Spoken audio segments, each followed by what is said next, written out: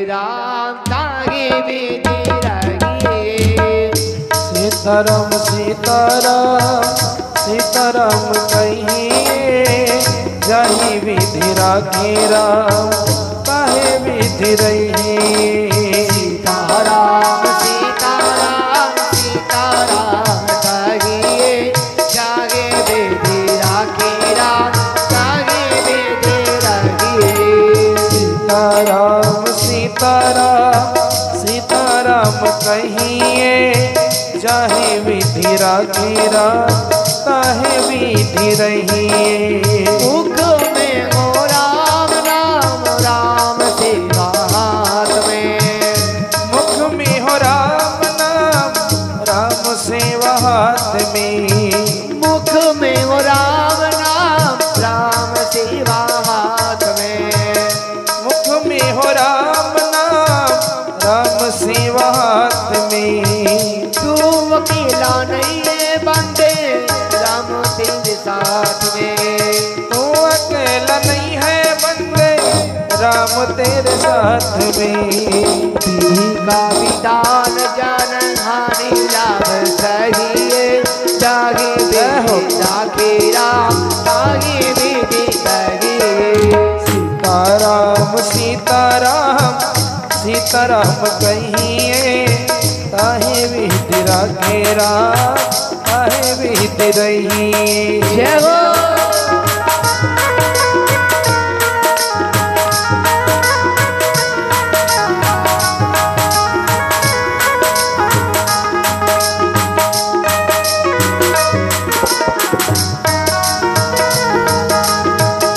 सीताराम सीताराम सीताराम कहिए सीताराम कहिए जाहे विधि राखे राम ताहे विधि रहिए। जागे विधि राखे राम तागे विधि रहिए। जाहे विधि रहिए। सीताराम सीताराम सीताराम कहिए ताहे विधि राखे राम ताहे विधि रहिए। सभी तालियों के से बैठे हुए राधे राधे।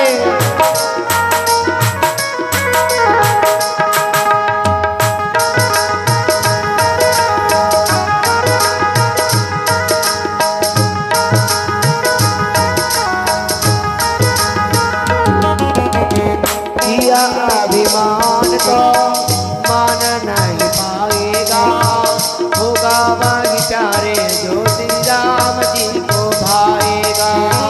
किया अभिमान तो फिर मान नहीं पाएगा। होगा प्यारे वही जो श्री राम जी को भाएगा। किया अभिमान तो मान नहीं पाएगा। होगा वही प्यारे जो श्री राम जी को भाएगा। किया अभिमान तो फिर मान नहीं पाएगा। होगा प्यारे वही जो श्री राम जी को भाएगा। साधु संग राम रंग अंग अंग रंगिए। राम रस जग प्यारी काम रस पगिए।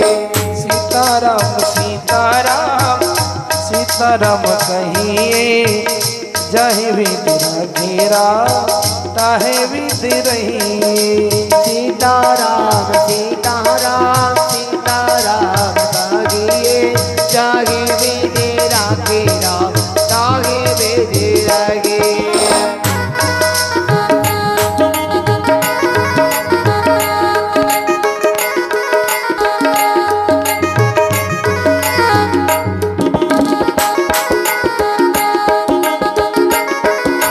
जय हो।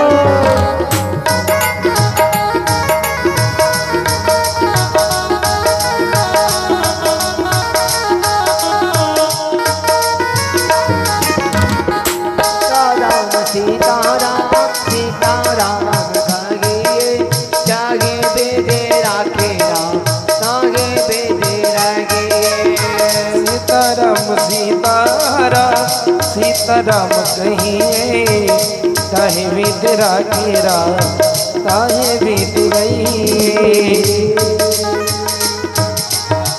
बोले वृंदावन बिहारी लाल के जय हो।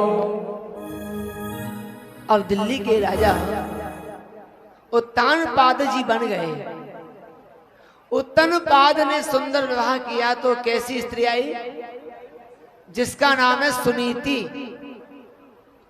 सुनीति किसे कहते हैं? सुनीति वो देवी होती हैं, अतिथि देवो भवा।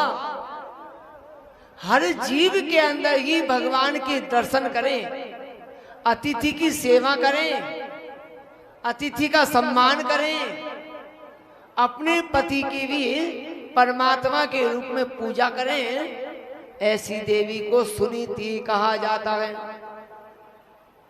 और सुनीति देवी जब बन जाती है तो उसकी भी परीक्षा लेने के लिए उसके घर में भी कष्ट अवश्य आता है। कैसा कष्ट आया कि सुनीति के यहां कभी संतान ना हुई।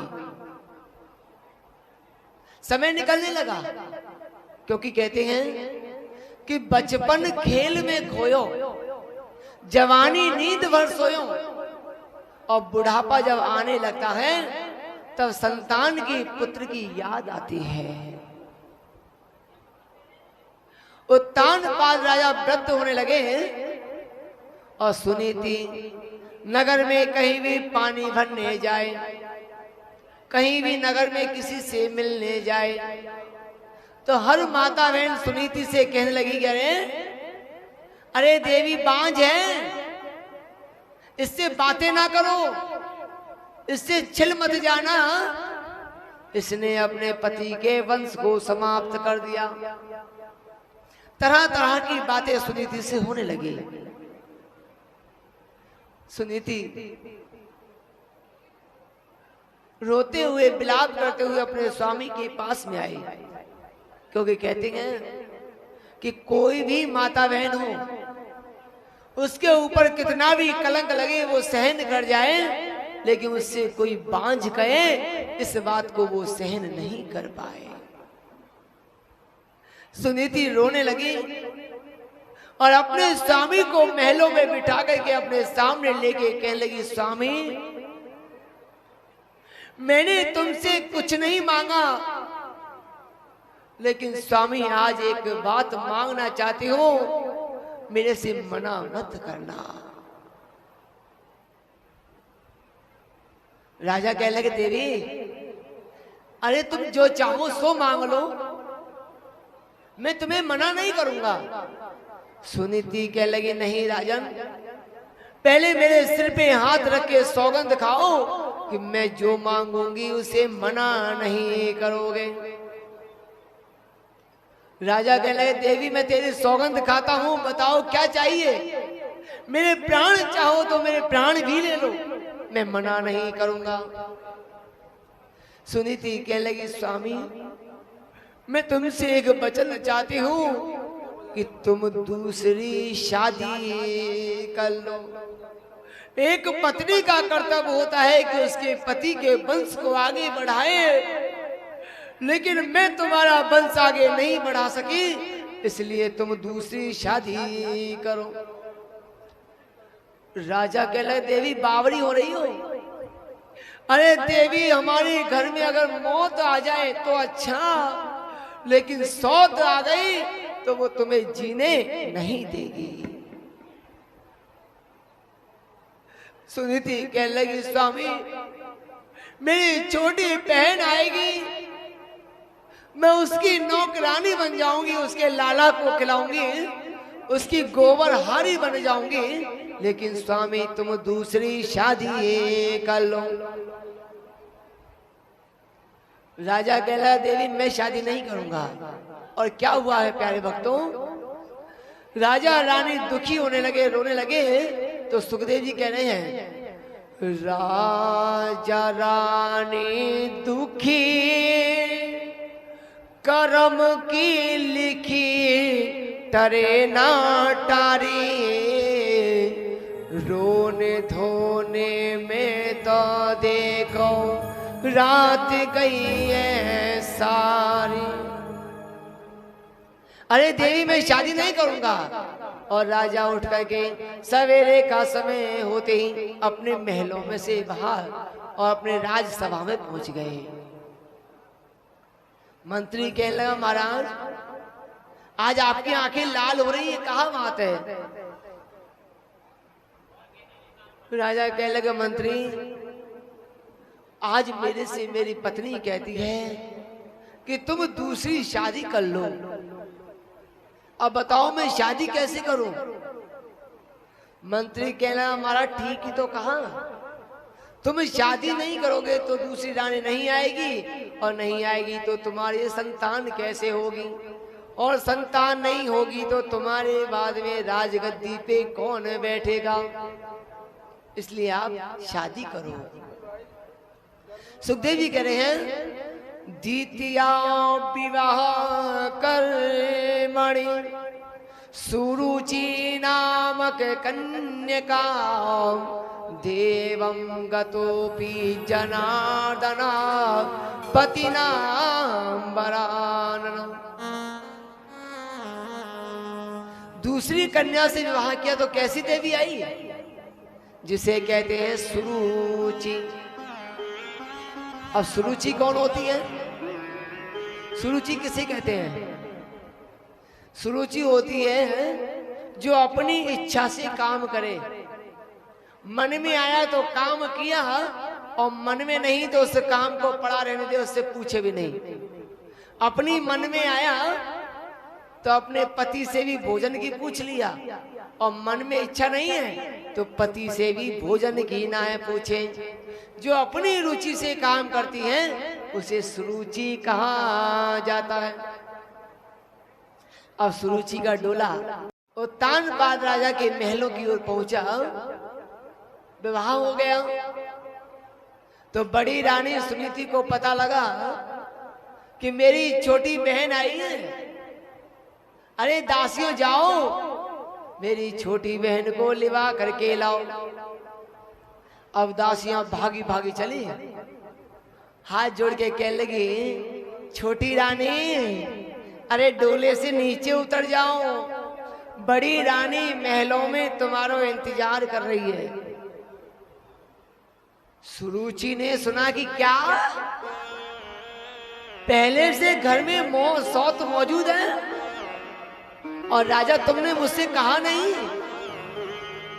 राजा पहले मेरी सौत को घर से बाहर निकालो तो मैं महलों में जाऊंगी। अब राजा कहने लगे अब मैं क्या करूं? अरे इधर गिरूं तो कुआं, इधर गिरूं तो खाई, और बीच में मेरी आफत आई। अब मैं क्या करूं, कहां जाऊं? उसी समय दासियां फिर बड़ी रानी के पास में पहुंची। कहने लगी महारानी छोटी रानी डोले से नीचे नहीं आ रही है। सुनीति कहने लगी आएगी कैसे? अरे मेरी बहन है, मैं लेने जाऊंगी तब आएगी ना। और सुनीति उसी समय दरवाजे पे आके कहने लगी बहन, अरे बहन डोले से नीचे उतर जाओ, चलो बहन महलों में चलो। सुरुचि कहने लगी सौत जब तक तू घर से बाहर नहीं निकलेगी मैं महलों में नहीं आऊंगी, पहले तू घर से बाहर निकल। सुनीति कहने लगी बहन मुझे क्षमा कर दो, मैं तुम्हारे चरणों में पड़ी रहूंगी, तुम्हारी सेवा करती रहूंगी, तुम्हारे लाला को खिलाऊंगी। अरे बहन डोले से नीचे उतर जाओ। सुरुचि डोले से नीचे नहीं उतरी, काफी समय हो गया। अंत में सुनीति ने हाथ जोड़ के और सुरुचि के पैरों में ढोक मारने लगी, पैर पकड़ने लगी। तब तक सौत सुरुचि ने अपना दाहिना पैर उठाया और देखते ही देखते सुनीति की छाती में लात मार दी। सुनीति पृथ्वी पे गिरी, हाथ जोड़ के कहने लगी स्वामी मेरा तो एक ही कर्तव्य था कि तुम्हारा वंश आगे बढ़ जाए, मैंने तो तुम्हारा वंश नहीं बढ़ाया, लेकिन महाराज छोटी रानी से आप अपना वंश बढ़ाइए और मैं जंगल में जाकर के भगवान का भजन करूंगी। उसी समय सुनीति जंगल में चलने लगी। तब तक डोले से सुरुचि उतरी और कहने लगी, राजा सौत सुनीति जंगल में चली गई, अब मेरे सिर पे हाथ रख के सौगंध खाओ कि बड़ी रानी से मिलने जंगल में कभी नहीं जाओगे। राजा कहने लगे, देवी मैं तेरी सौगंध खाता हूं कि बड़ी रानी से मिलने कभी नहीं जाऊंगा। उसी समय सुरुचि छम छम करती हुई आंगन में चली। समय निकलने लगा। एक दिन का समय आया तो सुनीति के मन में विचार आया कि अरे जब मेरे पति नहीं है और एक पति के बिना एक माता बहन अधूरी हो जाती है, और जिसका पति जब मर जाता है तो वो माता बहन भी ज्यादा समय तक, लंबे समय तक जीवित नहीं रहे। वो देवी कहने लगी कि स्वामी,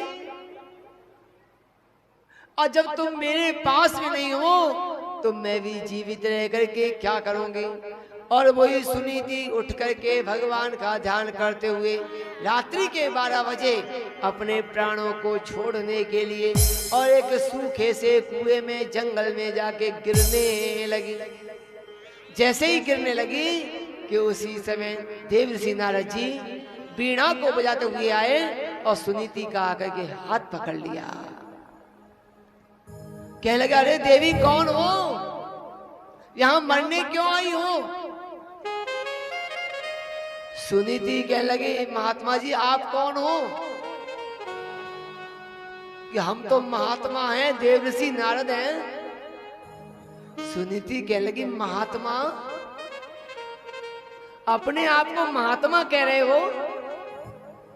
महात्मा वो होता है जो पराई स्त्री की छाया अपने ऊपर नहीं पड़ने दे। और तुमने रात्रि के 12 बजे अकेली नारी को देख करके उसका हाथ पकड़ लिया, काहे के महात्मा हो। नारद जी कह लगे, देवी बताओ सही यहां क्यों आई हो। सुनीति ने सारी बातें बताई तो नारद जी कहने लगे, देवी एक संतान नहीं हुई और तुम मरने चली आई, तो जाओ देवी, अगर तुम्हें संतान चाहिए तो मैं तुम्हारे लिए और वचन देता हूं कि आज से ठीक 9 महीने के पश्चात तुम्हारे गर्भ से सुंदर बालक होगा। सुनीति को जोर जोर से हंसी आ गई। सुनीति कहने लगी, बारे महात्मा, अरे मैंने सुना है कि महात्मा झूठ ना है बोले, और तू तो सरासर झूठ बोल रहे हो। जिस पत्नी का पति छोड़ के चला गया वो पत्नी गर्भ धारण कैसे करेगी। जिस बाग का माली छोड़ के चला गया वो बाग हरा भरा कैसे होगा। काय को झूठ बोले। उसी समय नारद जी कहने लगे, देवी संतों की वाणी और सागर का पानी कभी मिथ्या नहीं होता है, और मैं तुम्हारे लिए वचन देता हूँ। नारद जी ने क्या वचन दिया, तुलसीदास बाबा लिखते हैं। नारद जी कहने लगे कि मोरे वचन पड़ जाए ना फीका, मोरे वचन पड़ जाए न फीका, मोरे वचन पड़ जाए ना फीका, मोरे वचन पड़ जाए न फीका। शांति बचाने पातर के लिखा, सत्य वचन धर की लिखा, शांति बचाने पातर के लिखा, सत्य वचन धर की लिखा। मोरे वचन पड़ जाए फीका, मोरे वचन पड़ जाए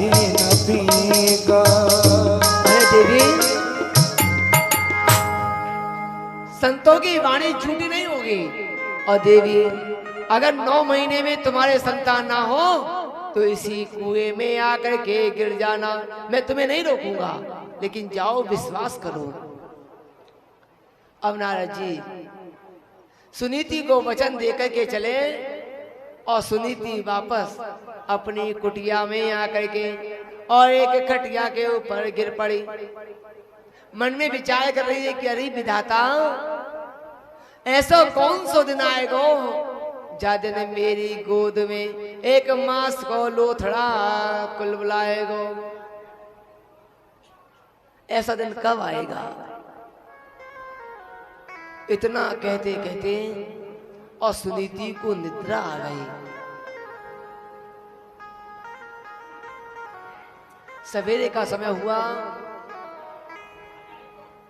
राजा उत्तानपाद 1500 जवानों को लेकर के और शिकार खेलने के लिए फिर जंगल के लिए चल दिए। शिकार खेलते खेलते संध्या हो गई। वापस लौटने लगे तो उत्तानपाद राजा और नगर में चलते चलते अपने नगर के रास्ते को भटक गए, महलों का रास्ता भटक गए। सभी जवान अपने अपने घर चले गए। रात्रि के 12 बजे और उत्तानपाद राजा अपने महलों में जाकर के पहुंचे। आवाज लगाने लगी, अरे सुरुचि दरवाजा खोल, सुरुचि दरवाजा खोलो। लेकिन वहां का पतो कि वहां के पति ने भोजन भी ना करे। अब वो सुरुचि तो ऐसी सो गई कि मानो काऊ की चिंता ही ना है। आ गए, मेरे नारायण आ गए। और सुनीति ने उठ करके जैसे ही दरवाजा खोला कहने लगी सो। कभी उनके चेहरे को देखे तो सुखदेव जी कहने लगे परीक्षक, उसी रात्रि के अंदर सुनीति गर्भस्य धारणम पुत्रं भवेति आग्वयो ध्रुवं वंशिगतो पिबा देवं देव जनार्दना। उसी रात्रि के अंदर और सुनीति गर्भ धारण कर गई। और सवेरे के 4 बजे राजा कहने लगे देवी अब मुझे जाने की आज्ञा दे दो, नहीं तो छोटी रानी सारे नगर को मोहल्ले को अपने सिर पे उठा लेगी। अब मुझे जाने दो। सुनीति कहने लगी स्वामी फिर कब दर्शन दोगे? तो उत्तानपाद राजा क्या बोले हैं कि देवी जब प्रभु को मंजूर होगा तो मैं तुम्हें अवश्य दर्शन दूंगा। और क्या बोले हैं कि हो यही सोई जो राम रुचि राखा, जो राम रुचि राखा। हो यही सोई जो राम रुचि राखा, हो यही सोए जो राम रुचि राखा। गो कर तारा कैबा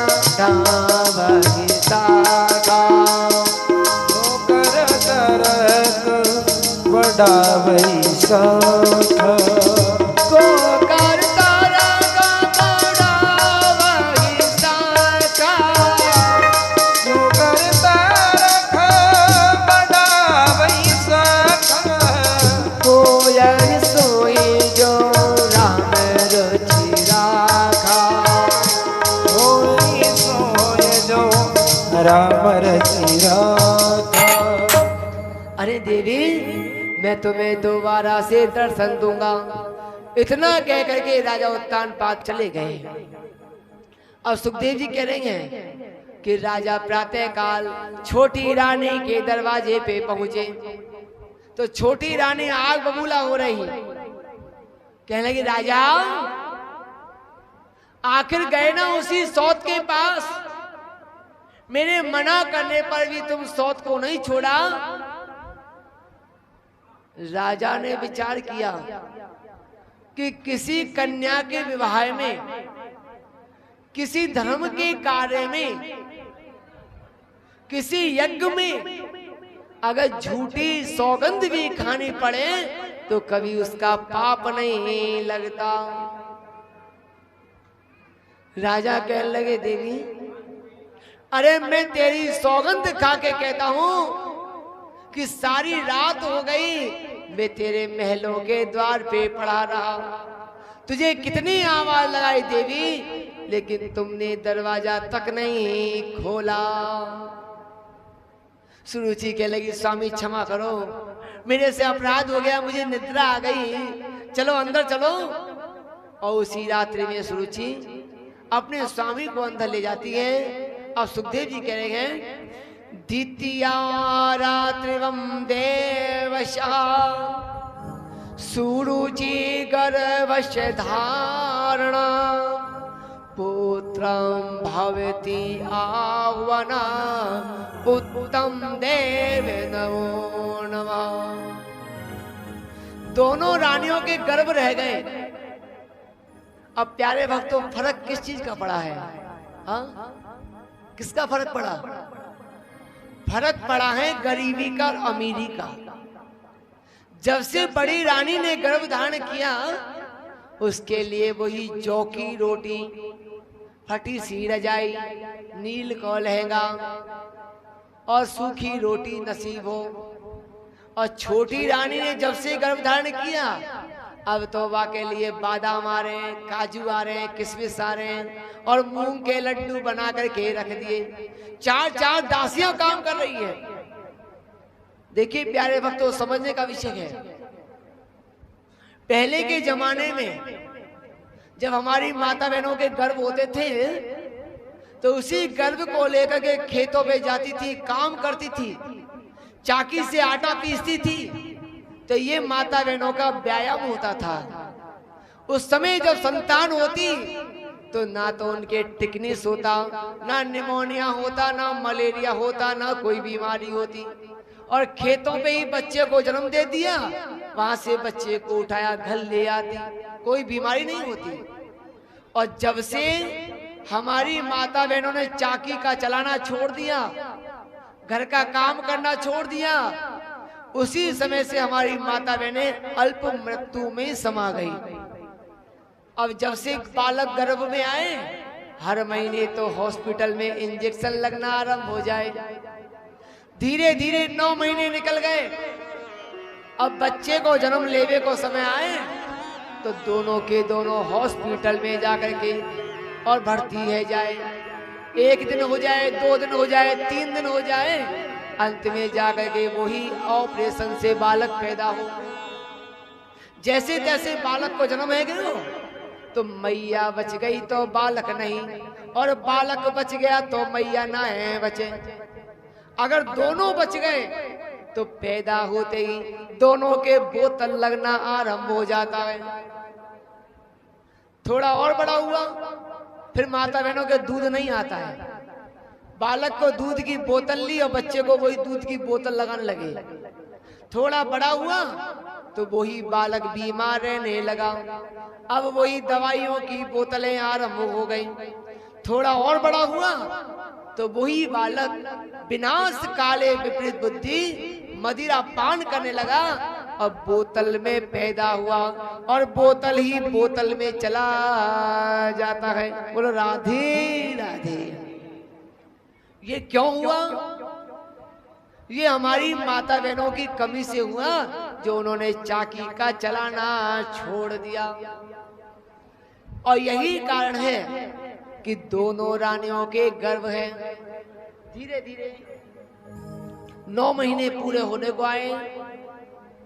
बड़ी रानी सुनीति के जैसे ही प्रसव की पहली पीड़ा आई, अब वो परमात्मा से ध्यान लगाने लगी, कहने लगी ओम नमो भगवते वासुदेवाय, ओम नमो भगवते वासुदेवाय।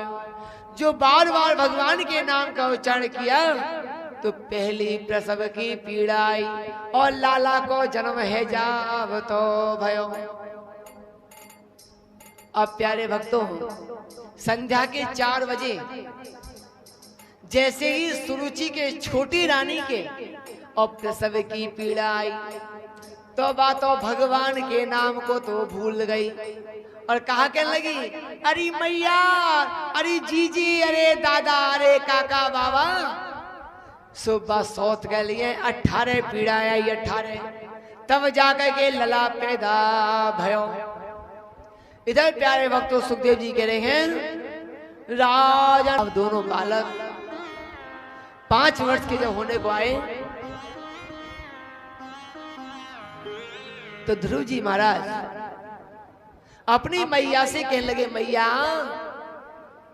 अरे मैया मोई ये तो बता कि मेरे पिता कौन है, कहां जाऊं। मैया कहने लगी, लाला तेरो पिता तो दिल्ली को राजा है उत्तानपाद, कि मैया मैं जाऊं कि हाँ जाओ बेटा। और ध्रुव जी महाराज भागे भागे पिताजी के पास, पिताजी गोदी लो, गोदी लो। राजा ने देखा कि मेरा ज्येष्ठ पुत्र आया है और राजा ने अपने बालक को उठा करके गोदी में ले लिया। उसी समय और छोटा बालक उत्तम भी भागा कि पिताजी मुझे गोदी लो, गोदी लो। राजा ने छोटे बालक की उंगली पकड़ी और सिंहासन पे लेकर के बैठ गए। उत्तानपाद का जो बड़ा पुत्र है ध्रुव, वो गोदी में और छोटा बालक महाराज के घुटने पे, दोनों से प्रेम कर रहे थे कि उसी समय सौत सुरुचि आ गई। सुरुचि कहने लगे, मेरा बालक महाराज की घुटने पे और मेरी सौत का बालक महाराज की गोदी में। कहने लगे, अरे दुष्ट बालक,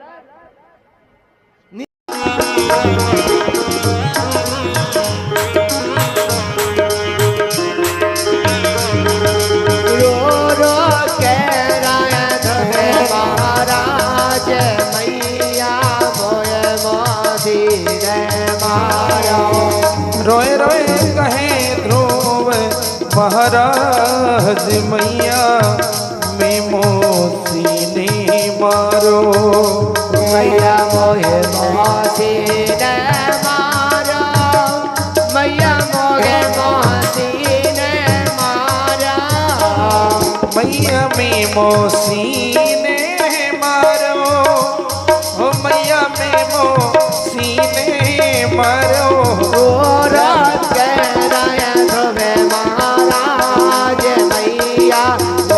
मोसी ने मारा। रोए रोए कहे ध्रुव महाराज, मैया में मोसी ने मारो।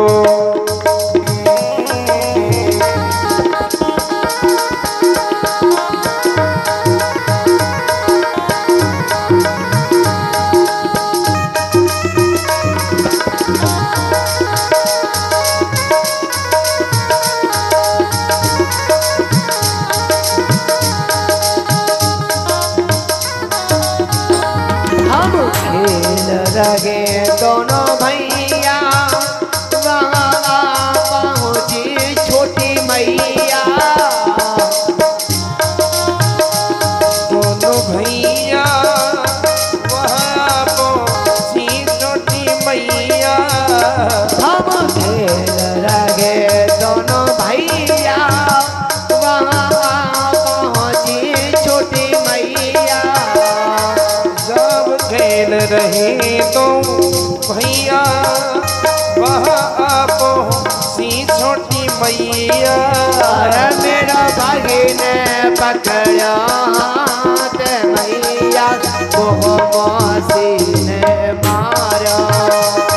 मेरो बहिनी पकड़ो हाथ, मैया में मोसी ने मारो। मैया मोगे मौसी ने मारा, मैया मोगे मौसी ने मारा। हो मैया में मोसी ने मारो, हो मैया में मोसी ने मारो। महाराज मैया मोगे मौसी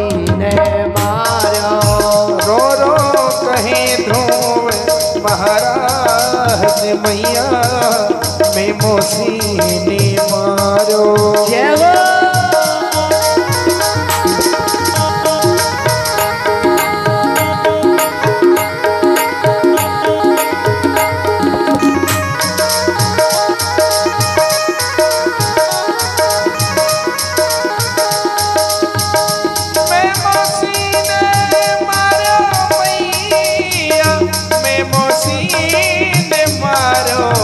रोहे रोहे कहे ध्रुव महाराज मैया में मोसी ने मारो।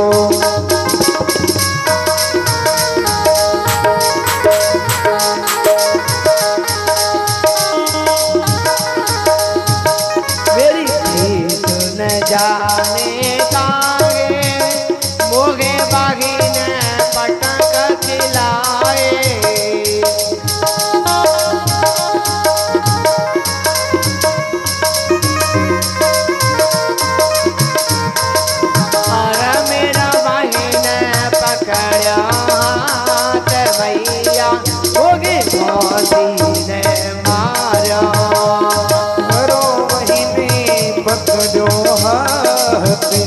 मैया में मोसी ने मारो। मैया मोहे मोसी ने मारा। मैया मोहे मोसी ने मारा। में मोसी ने मारो। ओ मैया में मोसी ने मारो।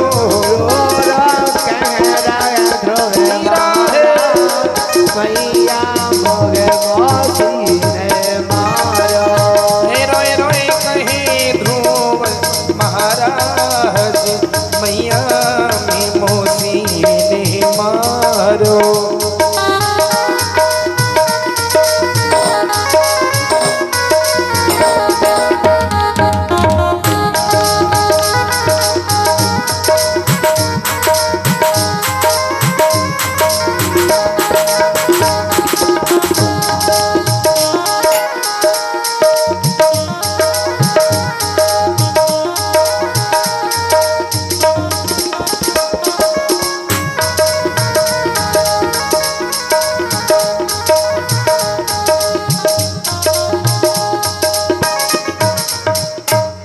ध्रुव जी मार के लगे मैया, अरे मैया आज मैं पिताजी के पास में गया तो मुझे मौसी ने मारा।